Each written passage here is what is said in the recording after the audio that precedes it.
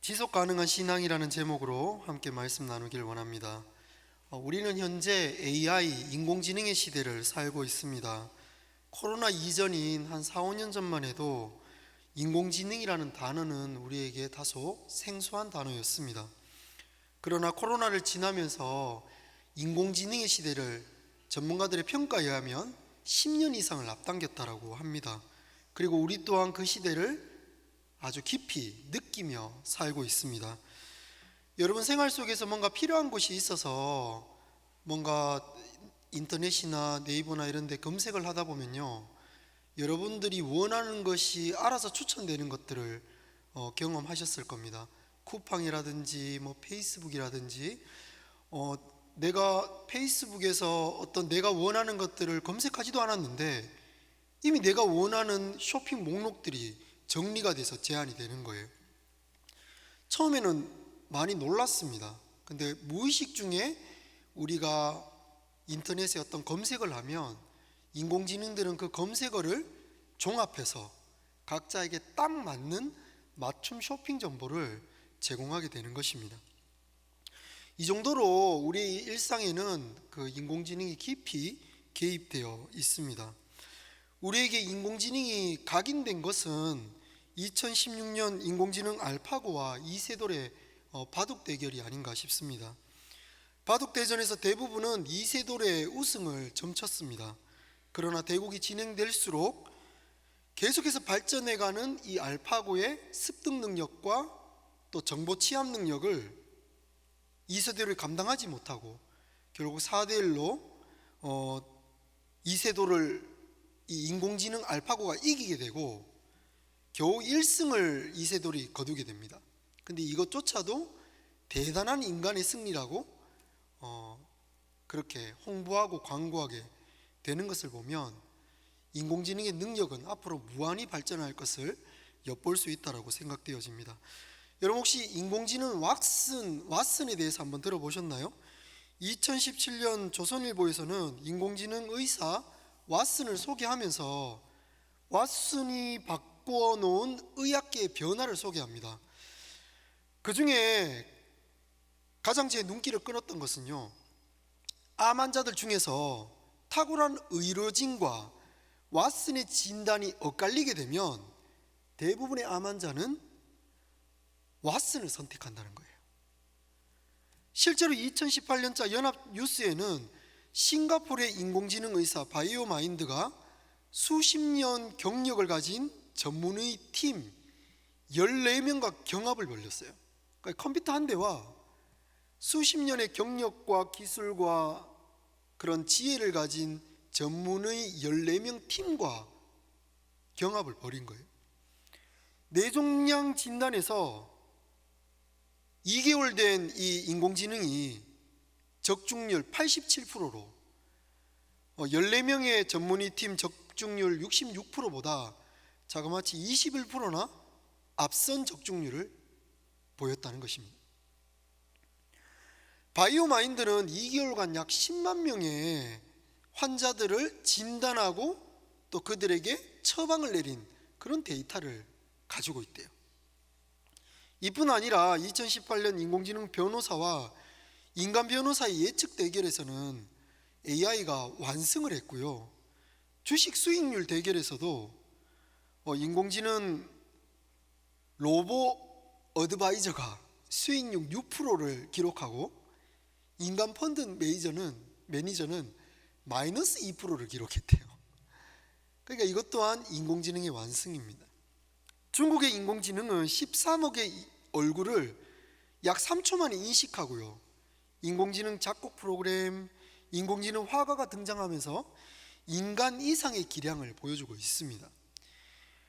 여러분, 이런 급속한 인공지능의 발달을 보면서 몇몇 과학자들은 인류의 멸망은 환경오염으로 인하여 발생될 것이 아니라 인공지능의 발달에 의해서 인류는 파멸을 맞이할 것이라고 진단하기도 합니다. 인공지능의 등장으로 가장 먼저 사라지게 될 직업군은 금융업, 보험업종, 화학과 기계업종이라고 합니다. 여러분, 이런 시대적인 변화 속에 대학생 1000명을 대상으로 통계조사를 냈습니다. 자신은 인공지능 시대를 잘 배우고 그에 따라 대비하고 있습니까? 라는 질문에 78%가 대비하고 있지 않거나 잘 모르겠다라고 답했다고 합니다. 시대 변화에 가장 민감한 세대인 10대, 20대, 30대들조차 이 4차 산업혁명이라고 불려지는 인공지능 시대를 적응하지 못하는데요, 우리 그리스도인들, 이미 과거 세대라고 불려지는 우리 이 그리스도인들은 어떻게 미래를 맞이하고 적응하고 또 그 시대를 앞당겨서 적응할 수 있겠습니까? 오늘 이 부분에 대해서 함께 고민하고 나눠보길 원합니다. 인공지능에 살아남기 위한 역량조사를 했는데 대한민국의 백인의 전문가들이 4가지를 뽑았다고 합니다. 창의력 29%, 인성 28%, 통합 능력 26%, 협업에 관련된 능력, 그게 26%라고 해요. 종합해 보면 창조적인 생각을 잘하고 협력을 잘하는 사람이 미래 세대에도 살아남을 수 있는 역량을 가진 사람이래요. 한국 학생들은 주로 창조적인 일과는 무관한 일들을 대하고 살아갑니다. 20년을 입시를 준비하고요, 대부분 입시 준비하는 가운데서 필요한 능력은 암기 능력이고 취업을 위해서는 스펙을 쌓는 그런 대학생들이 많습니다. 그래서 우리나라 대학생들은 사실 이 미래 준비에 미흡하다, 이렇게 볼 수 있을 거라고 생각되어집니다. 실제로 OECD 36개국을 대상으로 사회 역량조사를 했더니 한국은 관계 지향성, 사회적 협력성, 갈등 관리에서 최저점을 맞았고요, 36개국 중에 35등을 차지했다고 합니다. 그러니까 관계 중심적이고 사회적인 협력을 이루고 내 안에 일어나는 갈등을 관리하는 능력에서 최저점을 받았다는 거예요. 그도 그럴 것이 우리 자라나는 세대들은 집과 학교와 학원밖에 모릅니다. 청소년 청년들을 만나면서 참 안타까운 것은 무엇이냐 하면, 요즘 무엇을 고민하고 질문하고 무엇을 생각하며 살아가느냐 물어보면요, 대부분 질문에 대한 답변은 사람 관계가 너무 힘들어서 그런 걸 생각해 볼 여유가 없다는 거예요. 관계가 너무 힘들다는 겁니다. 나와 생각이 다르고 말이 다르고 일하는 방식이 다르면 곧장 우리는 어려움에 빠지는 그런 연약한 내면과 생각을 가지고 있습니다. 관계 속의 갈등을 잘 관리하지 못하고 일이 좋아서 시작했지만 사람 때문에 힘들어서 포기하는 일들이 빈번한 그런 사회를 살고 있습니다. 이런 시대에 교회의 역할은 무엇이겠습니까? 교회는 하나님이 우리에게 주신 그런 인간에게 주신 역량을 믿고 미래를 준비하는 하나님의 사람을 양성하는 그런 공동체여야 할 것입니다. 시대가 변해도 인공지능 시대가 온다 할지라도 우리 교회 공동체는 유행을 따르지 않고 하나님의 말씀의 본질을 따라갈 때 우리에게 대안이 있을 줄 믿습니다. 그래서 몇 가지를 제안하고자 하는데, 첫 번째는 신앙 공동체를 더 공고히 세워나가는 것입니다. 빌립보서 2장 2절부터 3절의 말씀입니다. 우리 다 함께 읽도록 하겠습니다. 마음을 같이하여 같은 사랑을 가지고 뜻을 합하여 한 마음을 품고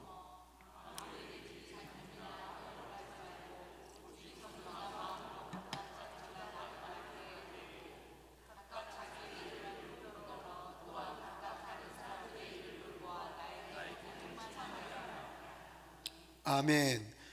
오늘의 본문은 예수 그리스도를 믿는 이들은 마음을 합하라고 말씀하고 있습니다.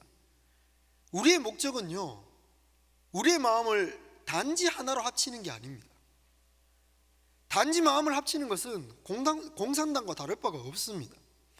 우리의 목적은 예수님과 마음을 합하는 거예요. 우리는 각자 다른 모양을 타고났습니다.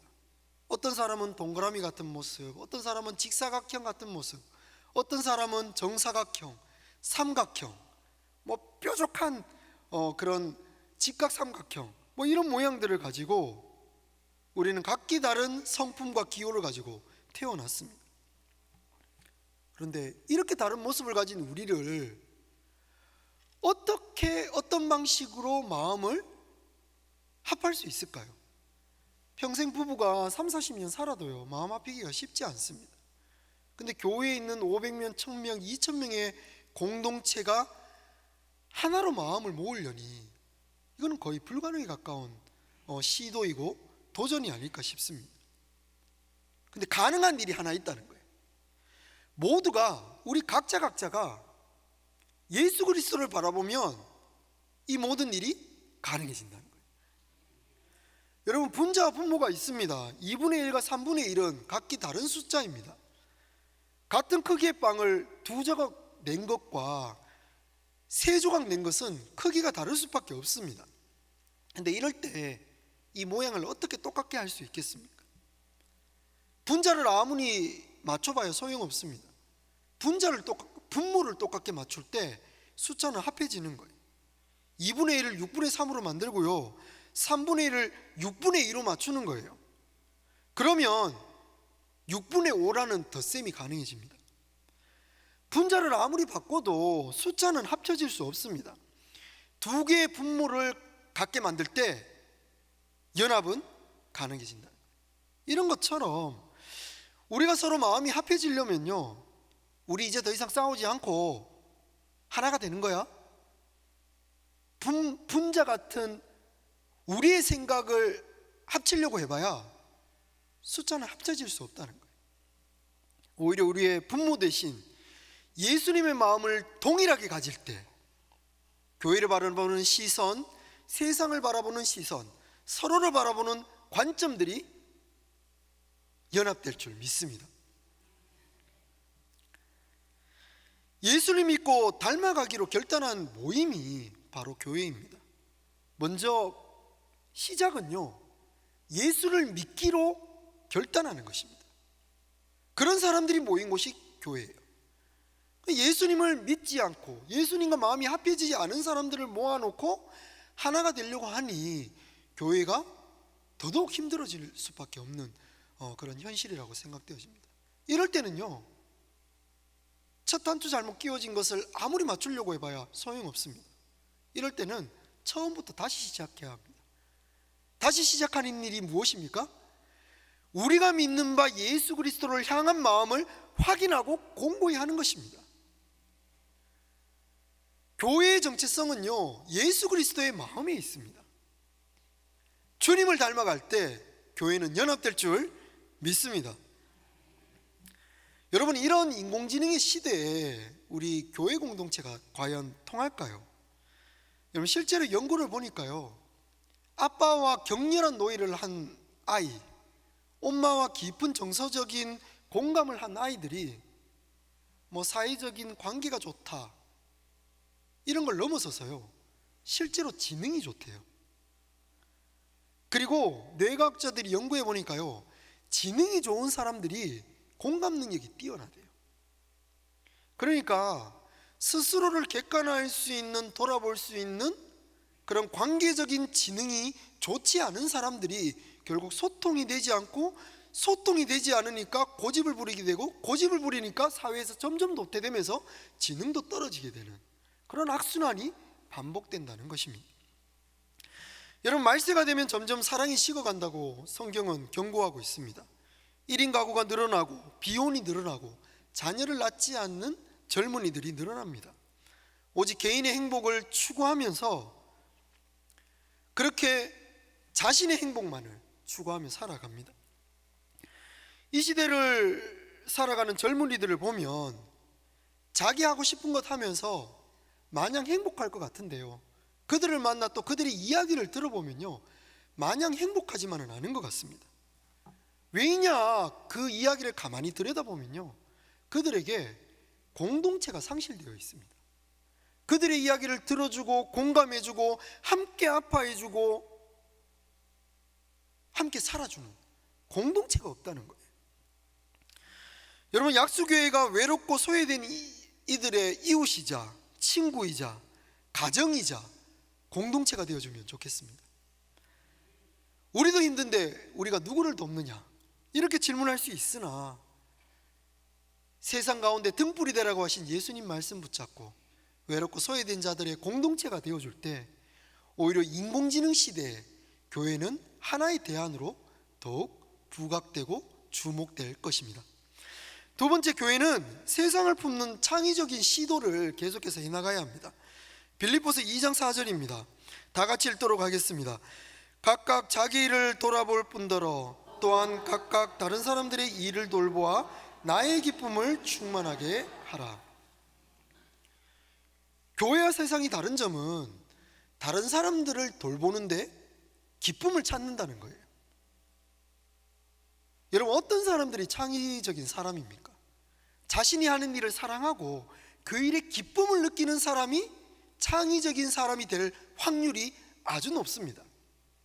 과거에 제가 섬겼던 교회에 춤 잘 추는 누나가 있었어요. 그 누나에게 어떻게 해서 춤을 그렇게 잘 추냐 했더니 그 누나가 알고 봤더니 나이트클럽에서 춤을 배운 거예요. 10년 나이트클럽을 다니면서 완전히 지역에서 유명한 춤꾼이 되었습니다. 그래서 지역에 있는 그 세상에서 잘 나갔던 춤 실력을 교회에 가져와서 이제는 월십으로 하나님을 예배하고 사람들에게 춤을 가르치는 그런 일들을 하게 되었는데요. 춤을 잘 추는 일의 핵심은요, 춤을 사랑하는 것과 춤추는 것을 기뻐하는 거예요. 그러니까 여러분, 그 어떤 일에 사랑함과 기쁨이 있는 사람이 새로운 시도와 또 창의적인 역사를 이뤄낼 확률이 높아질 수밖에 없는 거예요. 그 일을 하기 싫은 사람 보세요. 2개를 시켜도요, 2개를 못 해냅니다. 하나를 시켜도요, 하나가 지겹습니다. 부정적이고 그 일을 하기 싫은 사람은요, 시키는 일 겨우 해냅니다. 근데 그 일을 기뻐하는 사람은 어떻습니까? 하나를 시키면 어떻게 해요? 2개, 3개를 해냅니다. 그러니까 부정적인 사람보다 긍정적이고 그 일을 기뻐하는 사람이 훨씬 멀리 가고 깊이 갈 수 있는 거예요.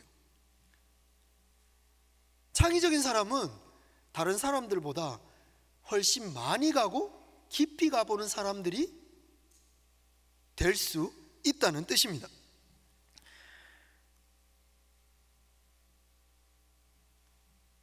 그래서 이건 이래서 안 돼, 그리고 저건 저래서 안 돼라는 자가검열을 가진 사람들은 새로운 창의력과 상상력을 발휘하기가 어렵다는 거예요.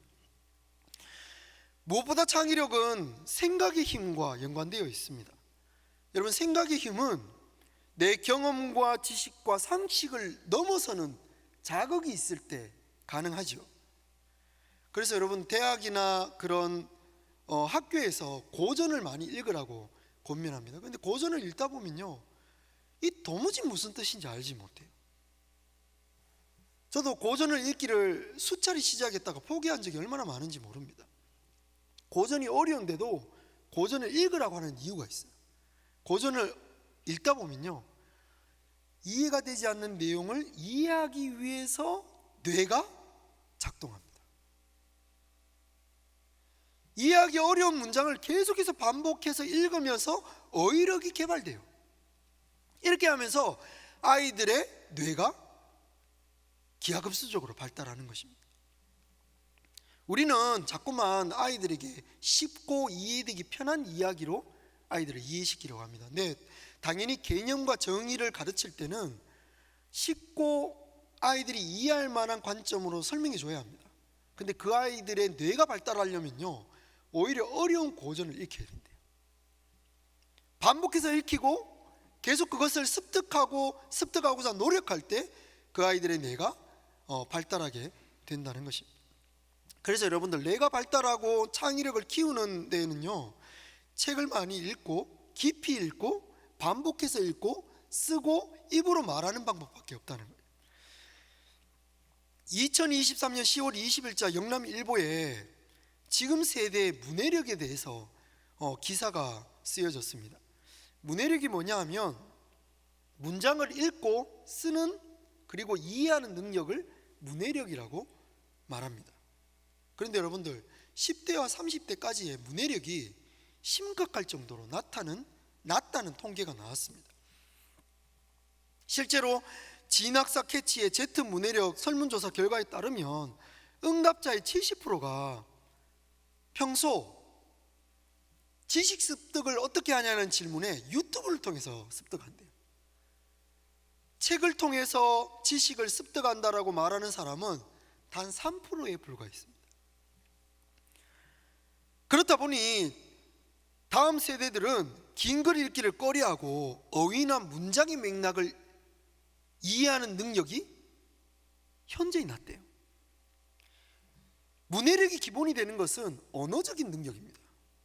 언어적인 능력이 낮다는 것은 언어를 통한 소통 능력이 낮다는 것이고, 소통 능력이 낮다는 것은 결국 사회적인 역량이 낮아질 수밖에 없다는 것을 뜻한다는 거예요. 그래서 여러분들 실제로 사회적 갈등이 이 문해력이 낮은 친구들을 통해서 유발될 수 있다는 것을 말하기도 합니다.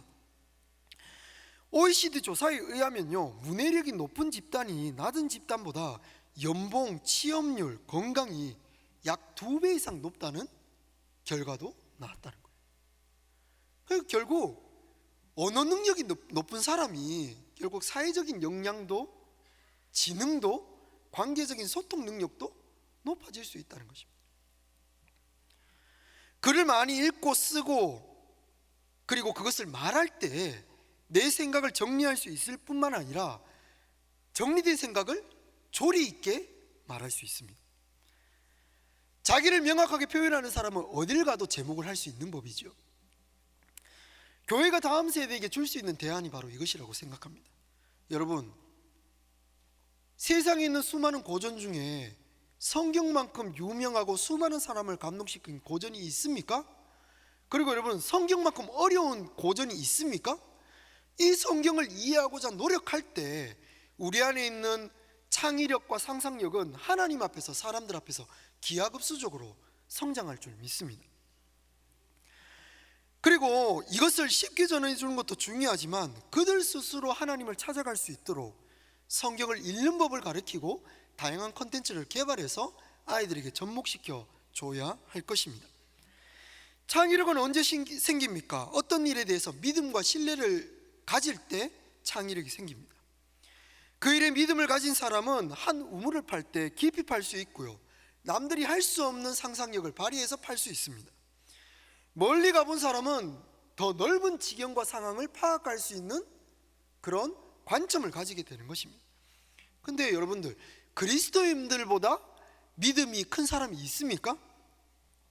저는 오히려 이런 시대이기에 교회가 가진 역량이 세상 가운데 더 확실하게 드러날 수 있다고 믿는 사람 중에 하나입니다. 왜냐하면 교회는 관계성과 창의성에 무엇보다도 탁월하고 잘하고자 하는 공동체이기 때문에 그렇습니다. 협력성은 언제 생깁니까? 관계에 대한 선입견과 편견이 없을 때 생깁니다. 어떤 선입견 없이 하나님을 사랑하고자 하고 사람을 사랑하고자 하는 것이 바로 또 교회예요. 그러니까 결국 협력성과 창의성, 이 두 가지는 건강한 교회 공동체를 세워갈 때 가질 수 있는 역량이라고 판단되어집니다. 건강한 관계를 추구하고 창의적인 것에 가장 탁월한 공동체는 바로 신앙 공동체인 것입니다. 가정이 부족하고 가정이 할 수 없는 일을 보통은 사회가 감당을 합니다. 사회가 부족한 것은 또 가정이 돌보기도 합니다. 그런데요, 사회도 가정도 감당하지 못하는 것은 교회가 감당해야 하는 것입니다. 그래서 교회는 모든 시대적인 상황 속에 최후의 보루인 것입니다. 이렇게 한국교회는 한국 전쟁 가운데 가정을 잃은 아이들, 사회보장 제도가 부족하여 다음 세대를 품을 수 없는 시대에 그 시대의 아들을, 딸들을 품어냈고 아이들의 가정이 되어줬고 학교가 되어줬고 공동체가 되어줌으로 그 시대의 어두움을 밝혀주는 역할을 감당했다는 거예요. 그러면서 한국교회가 한국의 성장과 함께 이렇게 큰 부흥의 시기를 경험했습니다. 이제 인공지능 시대가 도래했습니다. 이제 우리는 이 시대에 열매를 따기보다 다시 씨를 뿌려야 되는 시기이지 않을까 싶습니다. 우리 지금까지 30년 동안 열매를 거두었습니다. 또다시 새로운 부흥을 고대하지만 무엇보다도 겸손한 마음으로 다시 한번 이 시대상을 품고 씨를 뿌리는 그런 귀한 약속이 되기를 축복합니다. 마지막 세 번째는 우리 믿는 바를 우리 입으로 명확하게 표현할 수 있어야 합니다. 빌립보서 2장 5절입니다. 제가 받들어 읽도록 하겠습니다. 너희 안에 이 마음을 품으라. 곧 그리스도 예수의 마음이니. 우리가 품는 마음은 예수 그리스도의 마음입니다. 우리의 구원자는 예수 그리스도 한 분밖에 없습니다. 우리가 믿는 바를 우리의 입으로 명확하게 표현하지 못한다면, 우리가 제대로 알지 못하는 이야기를 전해들은 세상 사람들은 그 이야기를 더더욱 이해하지 못할 것입니다. 우리가 신앙 공동체를 이루기 위하여 가장 주목해야 할 역할은 무엇입니까? 우리가 믿는 바의 믿음을 더욱 명확하게 공고히 입으로 표현할 수 있는 역량을 스스로 가지는 거예요. 그래서 여러분들, 예수가 누구시고 하나님이 누구시고 교회가 무엇이고 신앙이 무엇이고 믿음을 어떻게 가질 수 있는 바를 여러분 스스로의 입으로 설명할 수 있어야 합니다. 여러분 스스로 교회는 무엇인지를 성경 말씀을 지목하며 설명할 수 있어야 돼요. 우리가 믿는 바를 우리 스스로도 설명하지 못하는데 세상 사람들이 우리가 믿는 바를 어떻게 이해할 수 있겠습니까? 하나님께서 우리에게 교회 주신 바에 대한 자부심을 우리 약수교인 모든 이들이 가지기를 축복합니다. 아무리 찢고 볶아도요, 가정이 없는 아이들보다, 그래서 사회에 방치된 아이들보다 힘들지만 싸우지만 가정이 있는 아이들이 그래도 잘 크는 법입니다. 교회는 때로 우리에게 고통과 번민을 주고 어려움을 지지만 우리는 교회가 있기에 다시 복음 앞에 설 수 있습니다. 하나님의 말씀을 한 번이라도 더 듣는 사람들이 영원히 듣지 않는 사람들보다 하나님 앞에 말씀 앞에 설 가능성이 훨씬 높은 것입니다. 나와 맞지 않는 사람, 교회가 있기 때문에 한 번이라도 더 맞춰보고 싶은 마음의 열망을 가지게 되는 것입니다. 그래서 여러분들, 교회가 없는 것보다 교회가 있는 것이 더 나음을 믿으시기 바랍니다. 이 교회 안에서 마음이 다치고 관계가 어렵고 머리가 어지럽고 시간이 없고 놀러가지 못하는, 그래서 오히려 교회에 있지만 외로움을 느끼는 성도들이 있을 거라고 생각되어집니다. 그러함에도 교회가 있기 때문에 우리는 하나님을 믿을 수 있습니다. 그래서 여러분들이 믿는 바를 더욱 공고히 하시는 우리 약수교회 성도님들 되시기를 축복합니다. 싸우지 않을 수 없으나 의견 충돌을 두려워하지 않으면 좋겠습니다. 시대 변화를 완전히 두려워하지 않을 수는 없으나 하나님이 우리에게 주신 본질을 믿고 기꺼이 부딪혀가며 이겨내는 약수교회 되기를 축복합니다. 싸우더라도 갈등이 있더라도 갈등을 관리하면서 서로 협력하여 예수 그리스도를 바라보는 약수교회 되기를 축복합니다. 그렇게 할 때 우리의 신앙은 하나님을 만나는 그날까지 지속 가능한 신앙이 될 줄 믿습니다. 우리 함께 마음을 모아 주님 앞에 계속해서 공동체를 세워가며 귀한 사랑의 관계를 이루어가기를 축원합니다. 기도하겠습니다. 사랑의 주님, 시대 전망이 갈수록 어두워져 갑니다. 과학이 만능이 아니라 우리에게 저주가 되고 있습니다. 첨단의 과학으로 살상 무기를 만들고 사람들을 죽이고 통제하는 데 사용하고 있습니다. 이런 시대에 교회가 가지는 공동체성, 협력성, 창의력이 시대적 대안이 될 수 있도록 역사하여 주옵소서. 예수를 닮아감으로 오늘 하루를 승리할 수 있도록 도와주시옵소서. 감사드리며 예수님의 이름으로 기도드립니다. 아멘.